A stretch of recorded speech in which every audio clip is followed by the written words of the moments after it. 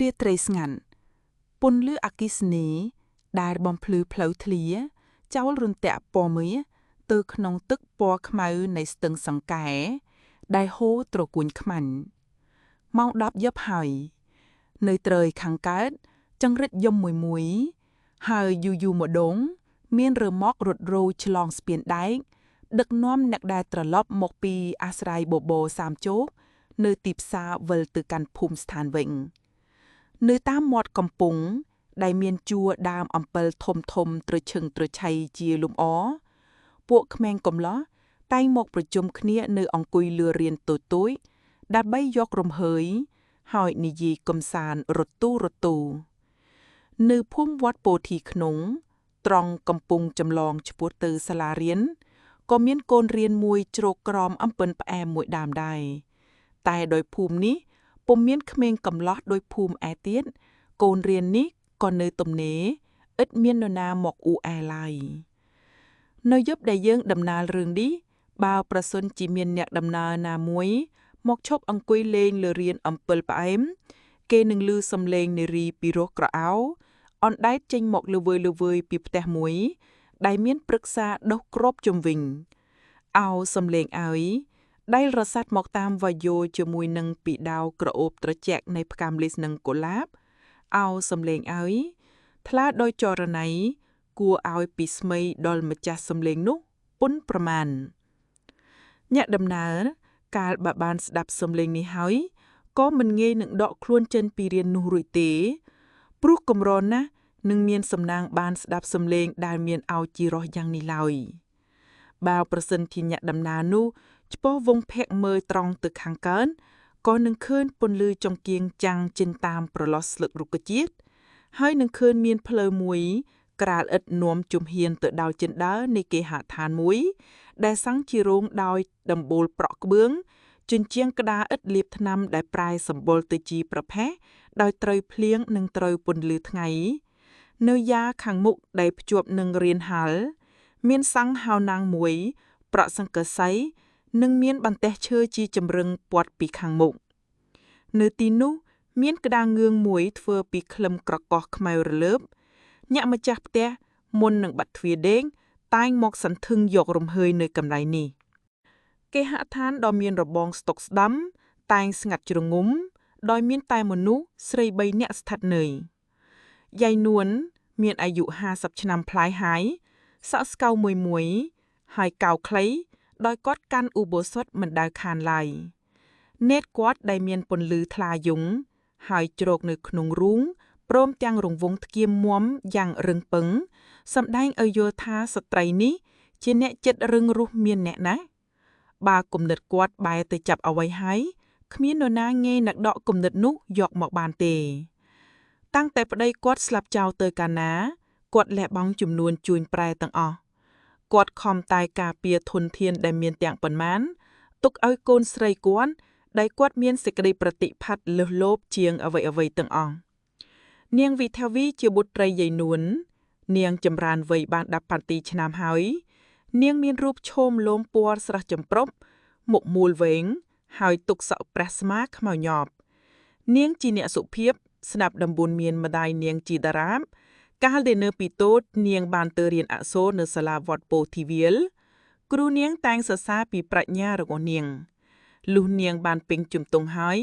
ម្ដាយនាងឲ្យឈប់រៀនដូច្នេះនាងក៏នៅកាន់កាប់ការតែក្នុងផ្ទះទៅប្រយមានពេលទំនេរនាងតែងទៅសិក្សារៀនភាសាស៊ីមនិងរៀនបច្ចុលជាមួយគ្រូស្រីម្នាក់ដែលនៅជិតផ្ទះនាងមិនប៉ុន្មានខែក្រោយមកនាងក៏ចេះមើលសៀវភៅរឿងសៀមបានឯបងអួយផ្ទះស្រោមក្នុងសោសោតក៏មានក្បាច់ភ្ញីលម្អឡើងដោយស្នាដៃនាងក្នុងការអញ្ជុលអ្នកផ្ទះទី3គឺយាយភ័យគាត់បាននៅបម្រើគ្រួសារយាយនួននេះតាំងតែពីមុនសម័យដែលនាងវិធាវីមកចាប់បដិសន្ធិគាត់មានអាយុចាស់ជាងយាយនួនទៅទៀតស្បែកគាត់ក៏សឹងស្វិតជ្រីវៀវសក់គាត់ក៏សឹងស្កៅស្ធឺគ្មានសល់មួយស្រសៃហើយនាងវិធាវីតែងរាប់អានគាត់ដូចជាសាច់ញាតិពេញទីមួយទៀតយាយភ័យគាត់ក៏មិនចង់ដើរទៅណាឡើយព្រោះគាត់ធ្លាប់បីបំអុំនាងវិធាវីហើយធ្លាប់ស្រឡាញ់តាំងតែពីកូននឹងងាមកយុវតីនេះ គាត់ហៅថានាងតុយដូចនេះនៅយប់ដែលយើងពណ៌នានេះយាយនួនគាត់មានកង្វល់ក្នុងចិត្តហើយគាត់បានបបួលកូនគាត់ឲ្យមើលក្រាំងប្រលាក់សិនវងគ្រាន់កាយអបហឹកនៅពេលនោះចង្គៀងធូបមួយអ៊ុចដាក់ចម្រើនលើក្បាលដំណេកនៃនាងវិធាវីនារីនេះស្លៀកសំពត់ខ្មៅពាក់អាវប្រែសាច់ម៉ត់ពណ៌កុលាបហើយបើកាលណានាងយាដៃឆ្វេងបើកសន្លឹកក្រាំងម្ដងឡើងចិញ្ចៀនពេជ្រទាំងគ្រាប់ទុំមួយដែលជាគ្រឿងលម្អនៃដៃរបស់នាងដដេញភ្លើងភ្លឺព្រុងព្រាយនាងអានរឿងប្រលាក់សិនវងធ្វើបទបញ្ចេញសំឡេងមូលក្រអោពីរូអ៊ីតឧបមាគឺសំឡេងនេះហើយដែលអ្នកដំណើរបានស្ដាប់ឮល្វើយពីធ្លាមាត់កំពុងពេលនេះយាយនួនមានមុខស្ងួតដេកនៅស្ងៀមអែបនឹងគៀនបុត្រីគាត់អែបភ្នែកគាត់សម្លឹងដតពីដានខ្ជាប់ធ្វើឲ្យយល់ថាវិញ្ញាណស្ត្រីនេះអំដែតអណ្ដូងក្នុងគំនិតមួយដែលមានសំឋានកណ្ដាញ់ចាក់ស្រីដូចអំបោសដែលសម្ភុយហើយរកដើមរកជុំមិនឃើញជីពំខាន់ចំណែកយាយភ័យវិនគាត់អង្គុយត្របោមជង្គង់ខ្នងភ័ក្រនាជញ្ជាំងហើយស្ដាប់ទ្វេមាត់ប្រហើលុះមើលដល់ត្រាំងប្រលាក់សិនវងជឿតាមពាក្យខ្លែងនាងយីសុនហើយប្រែពេលជាឃាតយកចៃព្រាមស្ក្មេងទៅសម្លាប់យាយភ័យគាត់ជូតទឹកភ្នែកយ៉ាងញឹកញាប់លុះដល់គេបណ្ដាឲ្យនាងព្រាមគេសស្រែកអាក្រៅចាំសា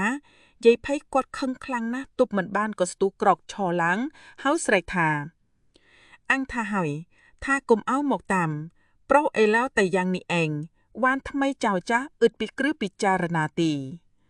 ឮសម្ដីនេះហើយនាងវិធាវីដែលកំពុងចុកតាមរឿងក៏បែរភ័ក្រមើលឃើញយាយភ័យគាត់ស្ទុះក្រញ៉េងក្រញ៉ាំងដូច្នោះក៏នាងញញឹមសើយបញ្ជីងធ្មេញខ្លាដូចផ្កាំលីហើយសួរទៅដោយសម្ដីផ្អែមថាអីមិនម៉ែភ័យស្ត្រីនេះកាលបើឮសម្ដីនេះហើយក៏ភ្ញាក់ផ្ញើដឹងខ្លួនដូចគេទើមក្រោកពីដេកនៅស្រឡំកាំងមួយសន្ទុះទើបឆ្លើយតបថាអត់ទោះឯក្រៀមចោះនាងតូចក្រៀមខឹងណាស់ខឹងនឹងមនុស្សដែលធ្វើការអ្វីមិនមានពិចារណារករែកជ្រៅវែងឆ្ងាយសោះយាយនួនលុះឮវាចាយាយភ័យថាដូច្នោះក៏ភ្ញាក់ខ្លួនព្រឿតស្ទុះក្រោកអង្គុយឡើងហើយនិយាយថាអាវីកូនមើលប៉ុណ្្នឹងចោះយប់ក្រែលមុំរកដេកពួនហើយកុំភ្លេចថាយើងត្រូវក្រោកពីព្រឹកនិងរកធ្វើការធ្វើងារនឹងគេនាងវិធាវីឮហើយក៏ម្នីក្រោកអង្គុយយកដៃក្បិតសក់បិទក្រាំងហើយកាន់ចង្គៀងចូលទៅខាងក្នុងយាយភ័យគាត់ក៏ជញ្ជូនប្រអប់ស្លានិងផ្ដិលដែលនៅរាយខាងក្រៅដាក់ទៅក្នុងផ្ទះដែរបន្តិចក្រោយមកកន្លឺទ្វារក៏ស្រែកក្រាំងនាងវិធាវីផ្លុំភ្លៀងពន្លត់ហើយប្រវាមចូលទៅនិន្ទ្រាប្របនឹងម្ដាយនាងអាវីកូនឯងងងុយដេកហើយឬនៅតែម៉ែតើម៉ែមានការអ្វីគ្មានការអ្វីធំដុំទេម៉ែចង់និយាយនឹងឯងបន្តិចអញស្គាល់ប៊ុនធឿនឬទេនាងវិធាវីកាបើឮឈ្មោះបុរសនេះឡើងក៏ព្រឺព្រួចសបាយមួយសន្ទុះតែលុះនឹងឃើញផ្សេងក៏មានអារម្មណ៍ភ័យតក់ស្លុតទៅវិញដោយមានបារម្ភក្រែងមានគ្រូកាចយ៉ាងណាមកបៀតបៀនដល់មិត្តនាងក៏មិនដឹងនាងខំសង្កត់វិតិកៈហើយឆ្លើយថាម៉ែខ្ញុំមិនភ្លេចទេពីដើមបងធឿនក៏តែងណាមខ្ញុំលេងបាយលោកបាយលោឯងដឹងរឿងប៊ុនធឿននេះកាលពីឪពុកឯងគេនៅរស់គេរាប់អានគ្រួសារប៊ុនធឿននេះណាឪពុកឯងនឹងចាក់ប៊ុនថនឪពុកប៊ុនធឿននេះជាក្លើមរកចិត្តមួយគ្នារកស៊ីមៀបានជាមួយគ្នាហើយត្រង់នេះយាយនួនក៏ឈប់មកអាក់មួយសន្ទុះហាក់ដូចជារកពាក្យនិយាយគ្មានហើយនិយាយផ្ដែផ្ដាំទុកដាក់ឯងនេះជាគូនឹងប៊ុនធឿនដល់កាលណាចៃប៊ុនធឿនជាប់ឌីប្លូមបានជាឪពុកឯងហ៊ានបដិញ្ញយ៉ាងនេះព្រោះសម្លឹងឃើញជើប៊ុនថនមានទ្រព្យសម្បត្តិល្មមចែកកូនគេឲ្យស្គាល់តែសេចក្តីសុខបានឥឡូវនេះកូនម៉ែពិបាកចិត្តពេកហើយជើប៊ុនថនធឿក្រដាបខាងណាស់ទៅហើយអូពុទ្ធោក្រៀមអាណិតណាស់យាយនួនភួរហាក់ដូចជាមិនឮសម្ដីបុត្រីគាត់ហើយក៏ចរចាទៅទៀតថាពីឆ្នាំមុននេះចាក់ប៊ុនថនជួនស្រូវចេះតែខាតសម្បត្តិគាត់ចេះតែរបេះទៅនៅក្នុងរដូវវស្សានេះគាត់បានខ្ចីប្រាំងបាំងថដៀគាចំនួន 10,000 រៀលទិញស្រូវផ្ទុកទូកបុកចាយមួយដឹកចុះទៅព្រៃនគរតាមទន្លេសាបឥឡូវនេះកូនអើយមានភ្ជូបោកទូកនោះធ្លាយលេខកណ្ដាលទន្លេហើយកន្ទុយពាក្យយាយនួនរលាយសូនក្នុងផែនស្ងប់ស្ងាត់នៃរាត្រីនាងវិធាវីសែនខ្លោចផ្សាក្នុងចិត្តដោយនឹកអាណិតប៊ុនធឿនបើប្រសិនណា នាងមានធនធានជាកម្មសិទ្ធិខ្លួនឯងវិញម្លេះ សុំនាងរត់ទៅជួយគ្រួសារដែលរងគ្រោះនេះឲ្យផុតពីសេចក្តីទោសទុក្ខបើនឹងសម្លឹងទៅចិត្តម៉ែខ្លួននាងក៏គ្មានរំពឹងសោះឡើយយូរបន្តិចមកយាយនួននិយាយខ្សោយទៅទៀតថាទ្រព្យសម្បត្តិឪពុកប៊ុនធឿនរលាយអស់រលែងហើយគ្រឿងមាសប្រាក់កែវកងនិងស្រែភ្លឺមើលទៅក៏លក់បញ្ចាំគ្មានសល់ដើម្បីយកប្រាក់សងបាំងនិងសងគេអ្នកដតីឯទៀតផងអស់រលែងហើយមុខតែវេទនាបំខានម៉ែមិនដឹងគិតធ្វើដូចម្ដេចទេណែកូនអញមានចិត្តគិតឯងយ៉ាងបំផុតប្រកាសអញមិនមានក្រាស់ក្រែលប្រមាណទេល្មមគ្រាន់តែទុកឲ្យឯងមិនព្រួយលំបាកទៅថ្ងៃក្រោយប៉ុណ្ណោះឥឡូវប៊ុនធឿនក្រហើយម៉ែមានប្រសាសន៍យ៉ាងនេះមិនត្រូវទេបងធឿនធ្លឹកខ្លួនក្រខាងទ្រព្យធនមេងពិតតែគេនៅមានសម្បត្តិមួយយ៉ាងទៀតប្រពៃណាស់គឺចំណេះវិជ្ជាកាលបកាលណាគេប្រឡងជាប់ឌីប្លូមហើយត្រង់នេះយាយនួនគាត់នឹកខ្នាញ់នឹងសម្ដីកូនគាត់ភ្លេចគាត់ក៏បញ្ចប់សេចក្តីដោយពាក្យចំអកទៅវិញថាគេដើរលេងប៉ោឡាប៉ោឡោគេផឹកស្រាស្រវឹងងុលគេដើរចោតប្រពន្ធកូនទុកឲ្យដេកត្រាំទឹកភ្នែកនៅផ្ទះម៉ែភៀងស្គាល់ចិត្តប៊ុនធឿនតាំងពីតូចដូចឃ្លាមកគាត់មិនមែនជាមនុស្សខូចកាចដូចម៉ែថានោះទេនរណាដឹងនរណាមើលឃ្លុះម៉ែយល់គំនិតកូនឯងអស់ហើយកូនឯងនេះមានគំនិតចង់ពឹងផ្អែកទៅលើប្រាក់ខែថៃឌីប្លូម30ប្លាយរៀលធូរដូចម្ដេចក៏ស៊ីមិនគ្រាន់ដែរនេះថាគ្មានជំពាក់ឆ្វាក់អីខងបើប្រសិនជាមានជាប់ជំពាក់គេទៀតកូនឯងមុខជាតោកយ៉ាស់ពុំខាងទ្រព្យអ្វីដែលម៉ែនឹងចែកឲ្យកូនទាំងប៉ុន្មានទៅមុខជាប្តីឯងយកទៅសងបំណុលគេអស់អោកូនឲ្យឈឿម៉ែចុះក្នុងលោកនេះបើមានសម្បត្តិហើយសេចក្តីទុក្ខសោកនានាអត់មកបៀតបៀនបានឡើយម៉ែយល់ថាប៊ុនធឿនជាមនុស្សមានកម្មវារាក្រាស់ក្រៃមិនមែនជាគូក្រងរបស់កូនឯងទេដូច្នោះហើយបានជាទេវតាដែលចាំរក្សាកូនឯងលោកនាំបង្កើតហេតុភេទឲ្យឃើញថាកូនឯងនេះគ្មានចំណងនិស័យនឹងប៊ុនធឿនសោះទេយាយនួនគាត់ឈប់មួយលើកឯនាងវិធាវីក៏នៅស្ងៀមលិនឡង់មួយសម្រស់ក្រោយមកទើបគេលឺមាត់ម្ដាយនាងនិយាយតទៅទៀតកូនឲ្យឯងកុំអាក់អន់ថ្វីចូលនាងរក្សាចិត្តនាងឲ្យនឹងណបំភ្លេចចោលប៊ុនធឿនចោលទៅដល់ថ្ងៃក្រោយទៅលុះនាងបាងប្រកបដោយតែសុវត្ថិភាពនិងសុភមង្គលនាងនឹងនឹកឃើញថាម៉ែគាត់និយាយត្រូវមែនក្នុងវេលានោះគេលឺសូរសំឡេងនាឡិកាវាងម៉ោង12អាធ្រានយាយនួនគាត់នៅស្ងៀមលែងស្ដីគាត់ប្រែខ្លួនទៅម្ខាងឲ្យនាងត្រាលួកទៅនាងវិធាវីខ្សិកសួលអន់អួលទឹកនេត្រាហូរលហាញស្របអស់ភ័ក្រ